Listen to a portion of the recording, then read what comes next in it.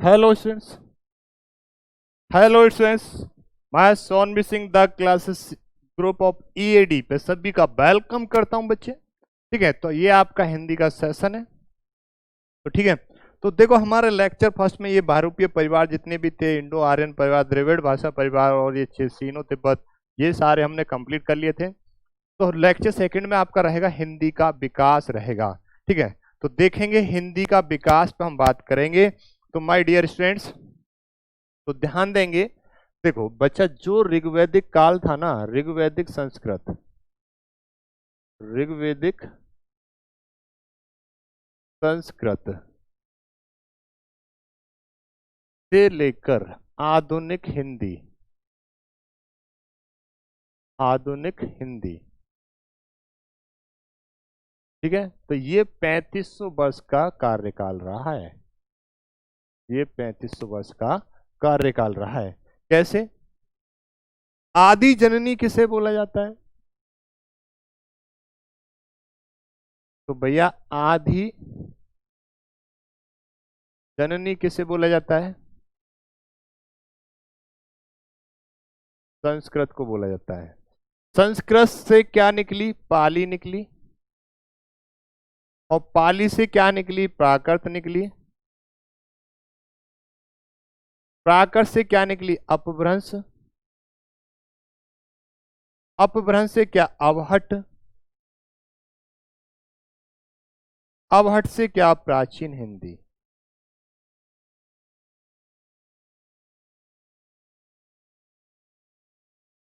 क्या? प्राचीन हिंदी। ठीक है, तो ये ध्यान रखेंगे। तो भैया ध्यान रखेंगे, देखो हिंदी का विकास चल रहा है। तो ये 3500 वर्ष का जो कार्यकाल है, तो ये जो क्या है, आदि जननी, हिंदी का आदि जननी किसे माना जाता है? संस्कृत को। संस्कृत के बाद क्या आई? पाली। और पाली के बाद में क्या आई? प्राकृत। और प्राकृत के बाद में क्या? अपभ्रंश। और अपभ्रंश के बाद में क्या आया? अवहट। और अवहट के बाद में क्या आई? प्राचीन हिंदी। ध्यान देंगे माय डियर।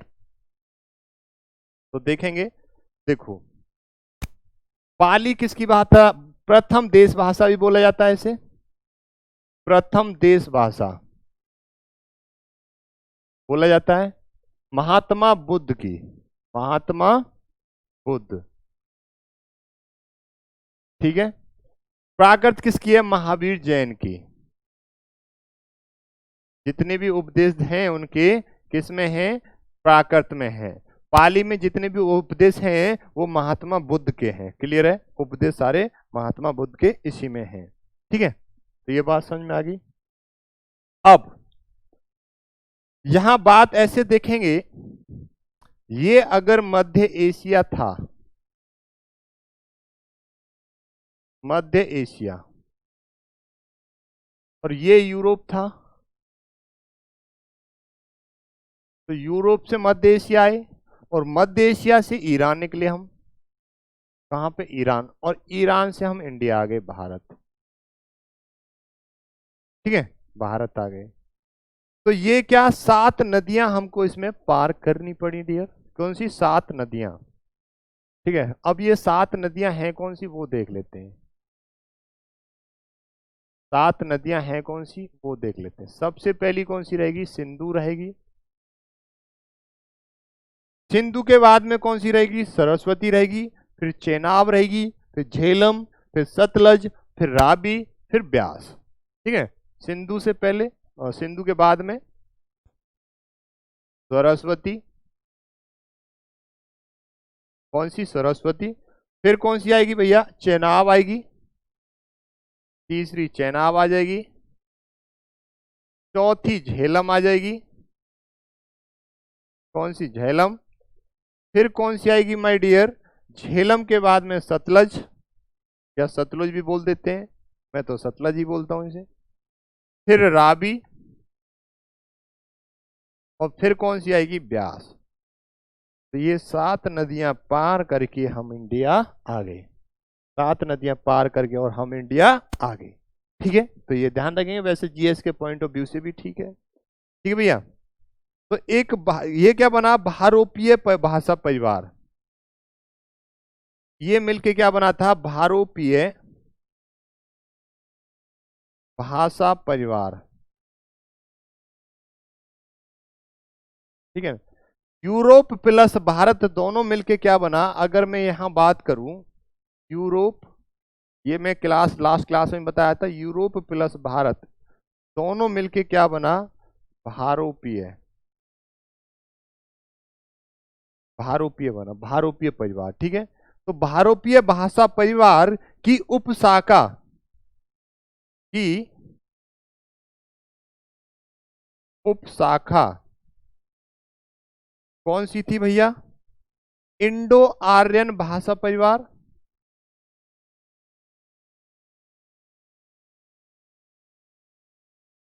इंडो आर्यन भाषा परिवार, कौन सा, इंडो आर्यन भाषा परिवार में आर्य भाषा संस्कृत में विकसित में आर्य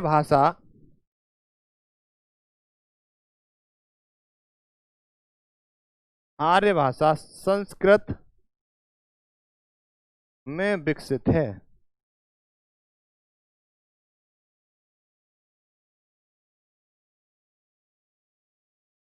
ठीक है, तो ये नोट कर लेना है। अब बढ़ते हैं भाई आगे को, कहां पे, आगे को बढ़ते हैं। ठीक है, हिंदी के विकास क्रम पे, जहां हमारी ये बात चल रही थी, हिंदी का विकास क्रम, ये वाली जो बात चल रही थी। ठीक है, इसे देखते हैं। तो यहां मिलेंगे सारे, तो मैं इसे रब कर देता हूं, स्क्रीनशॉट ले सकते हो आप इसका।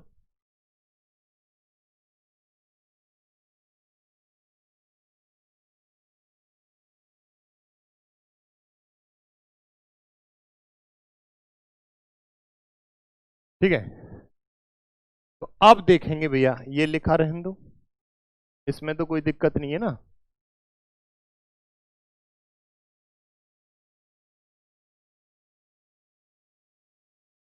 इसे रहने दो, अलग लिखा हुआ। तो इसे बांटो भैया 3 पार्ट में, 1, 2 और 3, नजर आ रहा होगा किसको, विकास क्रम को, हिंदी का विकास को, हिंदी का विकास।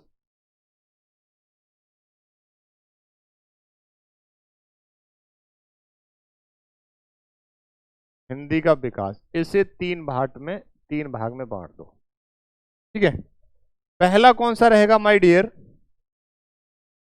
प्राचीन भारतीय आर्य भाषा, पहला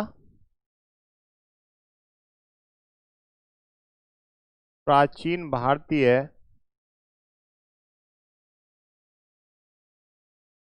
आर्य भाषा, ये रहेगा। दूसरा कौन सा रहेगा माय डियर, मध्यकालीन भारतीय आर्य भाषा,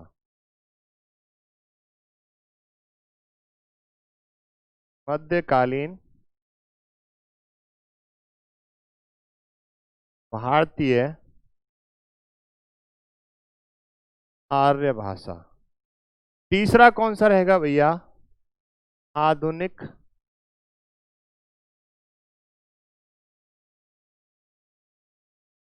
भारतीय आर्य भाषा। ठीक है, अब इनका टाइम पीरियड भी देख लेते हैं, क्या, टाइम पीरियड भी देख लेते हैं इसका कब से, क्योंकि वो टाइम पीरियड पूछा जाता है, वो पूछेगा प्राचीन भारतीय आर्य भाषा का कार्यकाल कितना रहा। ठीक है ना, कितना रहा, तो ये रहा भैया, देखेंगे 1500 ईसा पूर्व से लेकर 500 ईसा पूर्व, 1500 ईसा पूर्व से लेकर 500 ईसा पूर्व। ठीक है, अब मध्यकालीन भारतीय आर्य भाषा का जो टाइम पीरियड रहा है वो रहा है 500 ईसा पूर्व से लेकर 1000 ईस्वी तक। ठीक है, 500 ईसा पूर्व से लेकर 1000 ईस्वी तक, और इसका जो टाइम पीरियड रहा है वो 1000 ईस्वी से लेकर अब तक। ठीक है, प्राचीन भारतीय आर्य भाषा का जो टाइम पीरियड रहा है 1500 ईसा पूर्व से लेकर 500 ईसा पूर्व, मध्यकालीन भारतीय आर्य भाषा का जो टाइम पीरियड रहा है 500 ईसा पूर्व से लेकर 1000 ईस्वी तक, आधुनिक भारतीय आर्य भाषा का जो टाइम पीरियड रहा है वो 1000 ईसा पूर्व से लेकर सॉरी 1000 ईस्वी से लेकर अब तक रहा है। ठीक है, अब मैं इसे दो पार्ट में डिवाइड करने जा रहा हूं। क्या? अब मैं इसे दो पार्ट में माय डियर डिवाइड करने जा रहा हूं। ठीक है ना, दो पार्ट में। कौन कौन सा? यहां देखेंगे इसे, इससे पहले डिवाइड करता हूं मैं दो पार्ट में। तो यहां पे 1500 ईसा पूर्व से लेकर 1000 ईसा पूर्व, यहां पे कितना हो जाएगा 1500 ईसा पूर्व से लेकर 1000 ईसा पूर्व। ठीक है, और यहां पे माय डियर 1000 ईसा पूर्व से लेकर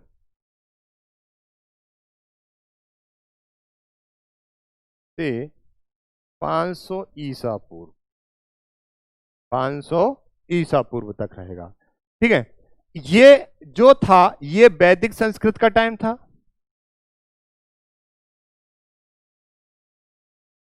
वैदिक संस्कृत का टाइम था। ये लौकिक संस्कृत का टाइम था।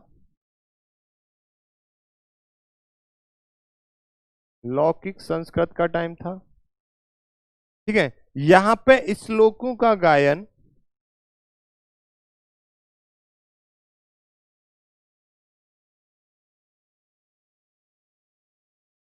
ऋग्वेद में हुआ।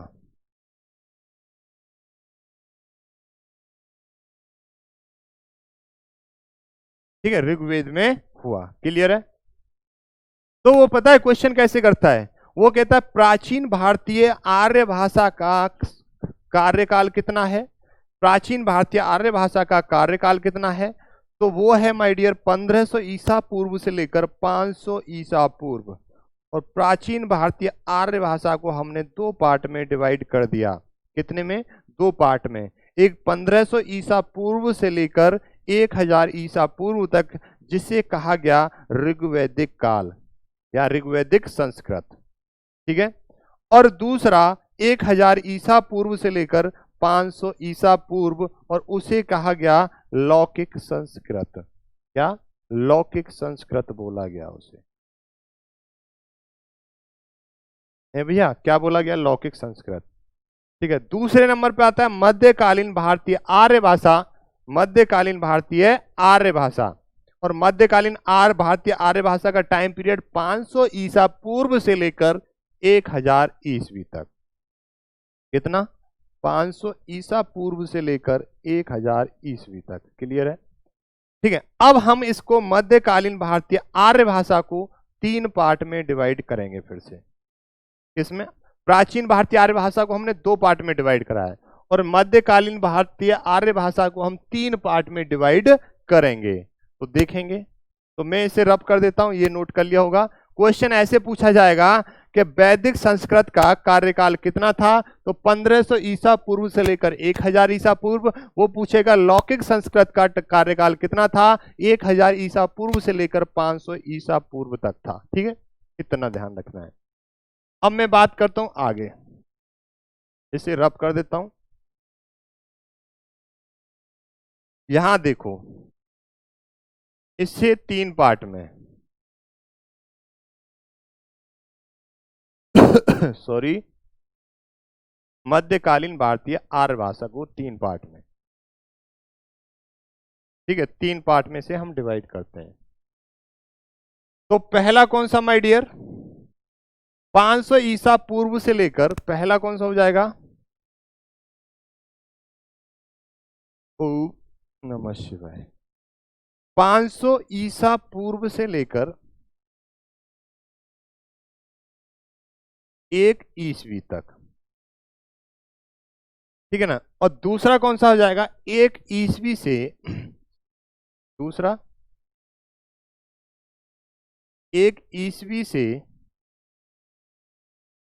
500 ईस्वी तक। ठीक है, तीसरा कौन सा हो जाएगा? 500 ईस्वी से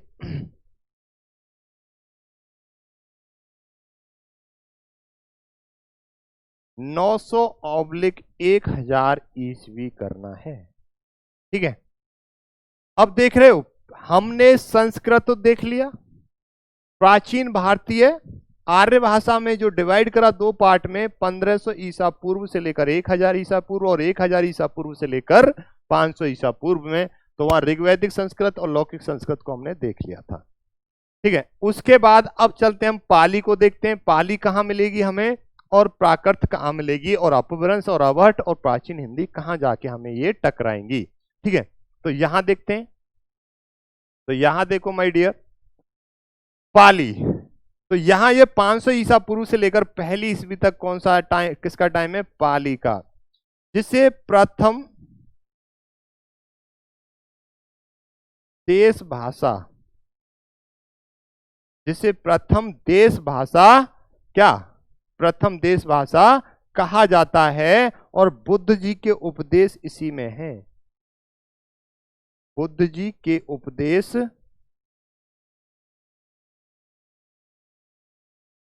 इसी भाषा में है।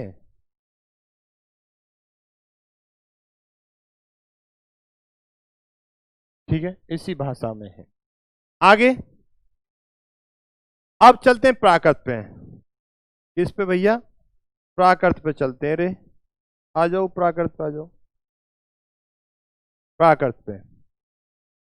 तो यहां पे कौन सी आएगी भैया, प्राकृत आएगी, और इसमें किसमें, महावीर जैन का साहित्य इसी में है। महावीर जैन का साहित्य यानी के उपदेश, ऐसे लिखो, के उपदेश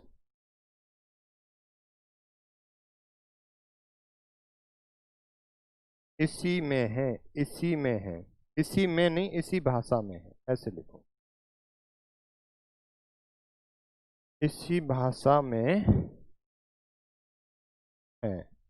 ठीक है, यानी कि 500 ईसा पूर्व से लेकर पहली ईस्वी तक पाली चली, और पहली ईस्वी से लेकर 500 ईस्वी तक प्राकृत चली। अब 500 ईस्वी से लेकर 900 यानी कि 1000 तक, तो यहां ध्यान देंगे, पहले तो अवहट चली, सॉरी अपभ्रंश, अपभ्रंश चली माय डियर, ये चली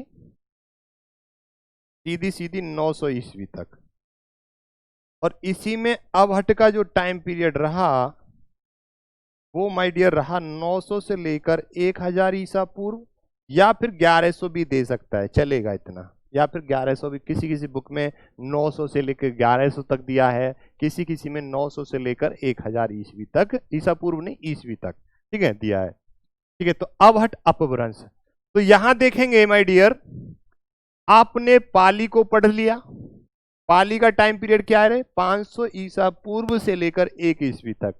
प्राकृत को पढ़ लिया, प्राकृत का टाइम पीरियड क्या है माय डियर, 1 ईस्वी से लेकर 500 ईस्वी तक। अब आगे हम अपभ्रंश पे और अवहट पे। तो अपभ्रंश और अवहट का टाइम पीरियड क्या है, 500 ईस्वी से लेकर यानी कि 1100 तक बोल सकते हो, या 1000 ईस्वी तक भी बोल सकते हो। ठीक है, यानी कि 500 ईस्वी से लेकर तो 900 तक तो रहा अपभ्रंश, यानी कि यहां पे आके एक बड़ा मोड़ आता है भाषा में, संस्कृत से सीधी पाली आ गई और पाली से सीधी प्राकृत आ गई, बट अपभ्रंश पे आके एक मोड़ आता है भयंकर वाला, इसी को अपभ्रंश का संक्रमणकालीन टाइम कहा जाता है, और उसे कहा जाता है अवहट कहा जाता है। यहां पे ऐसा मोड़ आता है, इसका विखंडन होना शुरू हो जाता है, अपभ्रंश, भ्रंश विध्वंस होता है। विध्वंस का मतलब क्या होता है, भ्रंश मतलब डिवाइड होना शुरू हो जाता है, अनेक भाषाओं में बट जाती है। आपने नाम सुना होगा सौर सैनी अपभ्रंश, तो वो यहीं से निकलते हैं सारे, कहां से, यहीं से निकलते हैं सारे के सारे अपभ्रंश। क्लियर है, तो अब यहां से हम देखेंगे माय डियर, ठीक है, जो अपभ्रंश है, अपभ्रंश कौन सा, ये 900 से और ये 500 ईस्वी वाला, यानी कि 900 वाला 1000 ईस्वी वाला जो अपभ्रंश है, इसे देखने। ठीक है, क्वेश्चन ऐसे आता है, पाली का टाइम पीरियड कितना था, तो 500 ईसा पूर्व से लेकर पहली ईस्वी तक। प्राकृत का टाइम कितना था, पहली ईस्वी से लेकर 500 ईसा पूर्व, सॉरी ईस्वी तक था, और इसका कितना है 500 ईस्वी से लेकर 900 1000। अपभ्रंश से क्वेश्चन आएगा, या फिर ये टाइम पीरियड पूछेगा, ठीक है, या फिर टाइम पीरियड पूछेगा आपसे, क्या पूछेगा, टाइम पीरियड पूछेगा। ठीक है, चलो तो अब मैं बात करूंगा अपभ्रंश की। ठीक है, इसकी अपभ्रंश की बात करूंगा, नोट कर लिया होगा ये आपने, ठीक है, ये डियर नोट कर लिया होगा आपने। चलो इसे हटाते हैं। अब आ जाओ आगे अपभ्रंश की, ठीक है, 1 बाय 1 करके चल रहे हैं। और अभी हमने आधुनिक टच नहीं करा है, ठीक है ना, अभी आधुनिक नहीं छुआ है, आधुनिक को हम अगली क्लास में करेंगे, ये आधुनिक भारतीय आर्य भाषा को, ठीक है।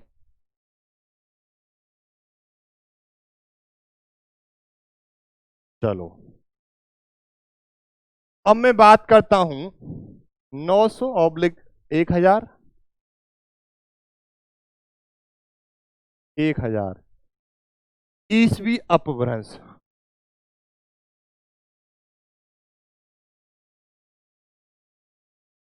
अपभ्रंश, ठीक है ना। अब यहां पे जो अपभ्रंश है, एक डॉक्टर भोलानाथ तिवारी के अनुसार उन्होंने बताया भैया अपभ्रंश की संख्या कितनी होती है, 7 होती है माय डियर। उन्होंने कहा डियर स्टूडेंट्स, जो अपभ्रंश की संख्या होती है वो होती है 7 होती है, तो उन्होंने 7 बताई। तो यहां लिखेंगे डॉक्टर भोलानाथ तिवारी के अनुसार अपभ्रंश के भेद 7 होते हैं। कितने होते हैं, 7। अब ये 7 कौन कौन से होते हैं वो देखना है हमें पहले, ये 7 कौन कौन सा होता है वो देखना है। तो 1 बाय 1 करके नोट कर लो, 1 बाय 1 करके नोट कर लो। पहला होता है माय डियर सौर सैनी,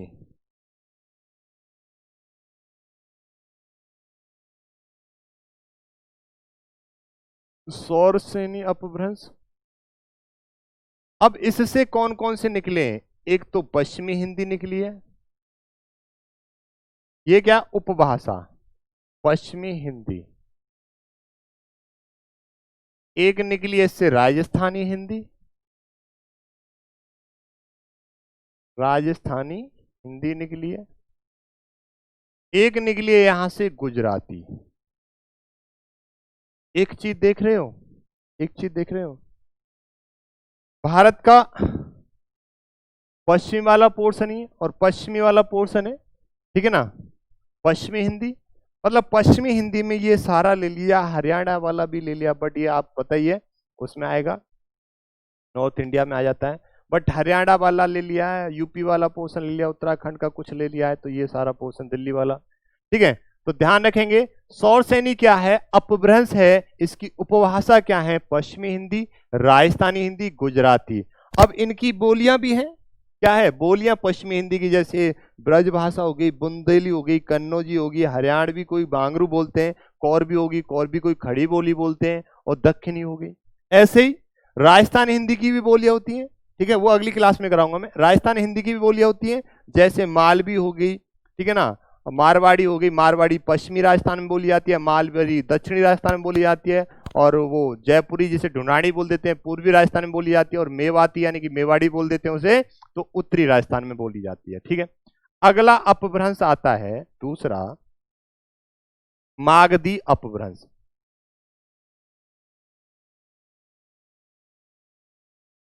मागधी अपभ्रंश, ठीक है भैया, मागधी अपभ्रंश आता है।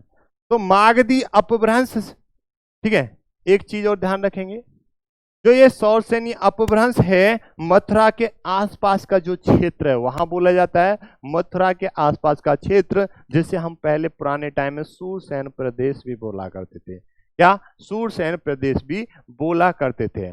अब दूसरा जो आता है मागधी अपभ्रंश आता है, ये पटना के आसपास का क्षेत्र है, क्या है माय डियर, ये पटना के आसपास का क्षेत्र, आसपास का क्षेत्र है, ठीक है। तो यहां पे देखेंगे पटना के आसपास का क्षेत्र, तो यहां से कौन सी निकली है, बिहारी हिंदी निकली है, एक तो बिहारी हिंदी, ठीक है। अब बिहारी हिंदी की बोलियां भी हैं, अवधी, बघेली, छत्तीसगढ़ी, ये बिहारी हिंदी की होगी, ठीक है ना। तो एक क्या निकली है यहां से, बांग्ला, उड़िया, असमिया,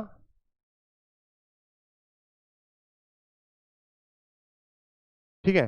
पूछा जाता है असमिया का अपभ्रंश कौन सा है, तो मागधी है। उड़िया का अपभ्रंश कौन सा है, तो मागधी है। बांग्ला का, बंगाली का यानी कि बांग्ला का अपभ्रंश कौन सा है, तो मागधी है, ठीक है। अगला चलते हैं तीसरे पे। कौन सा तीसरा? तीसरा आता है माय डियर अर्ध अर्ध मागधी अपभ्रंश।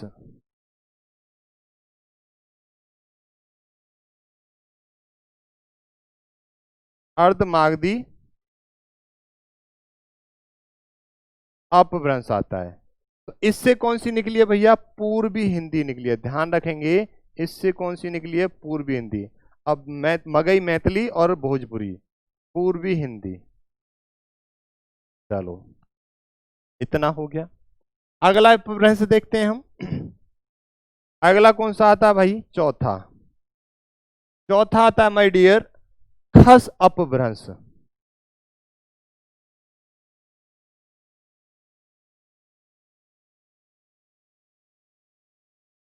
खस अपभ्रंश आता है। इससे कौन सी निकली है? इससे निकली है माय डियर पहाड़ी हिंदी। क्या? पहाड़ी हिंदी निकली है। और पहाड़ी हिंदी की बोलियां भी हैं, जैसे कुमाऊनी हो गई, गढ़वाली हो गई, ठीक है। कुमाऊनी हो गई, गढ़वाली। मैं कराऊंगा, अगली क्लास में कराऊंगा, अभी नहीं, ठीक है। चौथा। पांचवा, पांचवा आता है माय डियर ब्राचड़। कौन सा? ब्राचड़ अपभ्रंश आता है, ठीक है। इससे कौन सी निकली है? सिंधी निकली है, ठीक है। सिंधी निकली है, क्लियर है? सिंधी। छठा आता है माय माय डियर पैसाची अपभ्रंश।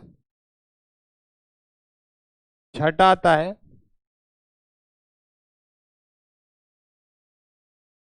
पैसाची अपभ्रंश आता है। इससे कौन सी निकली है? लहंदा और एक पैसाची।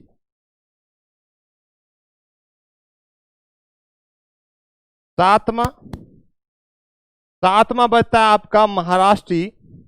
कौन सा? महाराष्ट्री अपभ्रंश।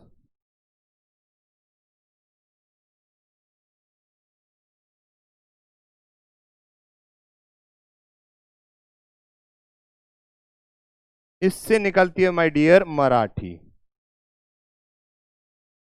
ठीक है। कौन सी? मराठी। तो डॉक्टर भोलानाथ तिवारी के अनुसार, डॉक्टर भोलानाथ तिवारी के अनुसार कितनी बताई गई भैया? 7 अपभ्रंश बताए गए। कौन कौन से? एक तो सौसैनी अपभ्रंश, जिससे पश्चिमी हिंदी, राजस्थानी हिंदी और गुजराती निकली। दूसरा अपभ्रंश मागधी अपभ्रंश, जिससे क्या निकला? जो पटना के आसपास के क्षेत्र की होती है, बिहारी हिंदी, बांग्ला, उड़िया और असमिया। तीसरा अर्धमागधी अपभ्रंश, अर्धमागधी अपभ्रंश से कौन सी निकली उपभाषा? पूर्वी हिंदी। चौथा कौन सा निकला? खस अपभ्रंश, खस अपभ्रंश से पहाड़ी हिंदी निकली। और एक आया ब्राचड़, ब्राचड़ से सिंधी निकली। एक आया पैसाची, उससे लहंदा और पैसाची निकली। एक आया महाराष्ट्री, तो उससे मराठी निकली। क्या निकली भैया? मराठी निकली। क्लियर है इतना? ठीक है, ये बात क्लियर हो गई यहां तक। ये नोट कर लो या स्क्रीनशॉट ले सकते हो आप इसका, ठीक है। या तो स्क्रीनशॉट ले सकते हो या नोट भी कर सकते हो, ठीक है। आगे बात करता हूं, मैं इसे रब कर रहा हूं।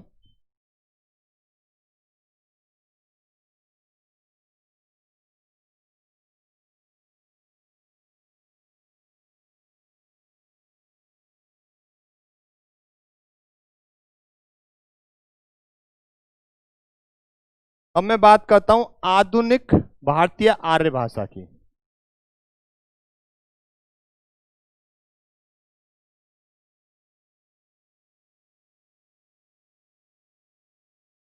आर्य भाषा, इसका जो टाइम पीरियड था वो 1000 ईस्वी से लेकर से अब तक था। इसका जो टाइम पीरियड था 1000 ईस्वी से लेकर अब तक था। ठीक है, तो ये वाला टॉपिक करेंगे बच्चे नेक्स्ट क्लास में।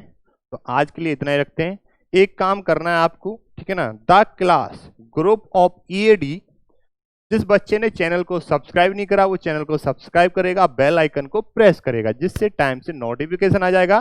ठीक है ना, तैयारी एक रहेगी आपकी और एग्जाम अनेक रहेंगे, सिलेक्शन भी अनेक रहेंगे। ठीक है, जिस भी एग्जाम में आपकी हिंदी आती है एक क्वेश्चन नहीं बचेगा जो आप नहीं कर पाओ। किसी भी बुक से रैंडमली आप ऑब्जेक्टिव लगाते रहो, नो प्रॉब्लम, मैं भी लगवाऊंगा यहाँ पे एमसीक्यू। ठीक है, और वीडियो को ज्यादा से ज्यादा शेयर करना है और ऑफलाइन कमेंट भी करना है, अपना अपना फीडबैक भी देना है। तो ठीक है my dear students, next lecture में मिलते हैं इस टॉपिक के साथ में। ठीक है, तो आज के लिए इतना ही रखते हैं। Thank you so much.